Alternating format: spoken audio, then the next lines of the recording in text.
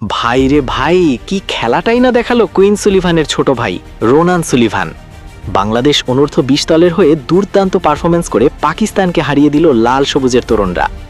সাফ অনূর্ধ্ব ২০ চ্যাম্পিয়নশিপে বাংলাদেশ পেল দারুণ এক জয়। মালদ্বীপের মালে ন্যাশনাল স্টেডিয়ামে অনুষ্ঠিত ম্যাচে শুরু থেকেই আক্রমণাত্মক ফুটবল খেলতে থাকে বাংলাদেশ। বল দখল, আক্রমণ, সুযোগ তৈরি সবকিছুতেই এগিয়ে ছিল লাল সবুজের তরুণরা।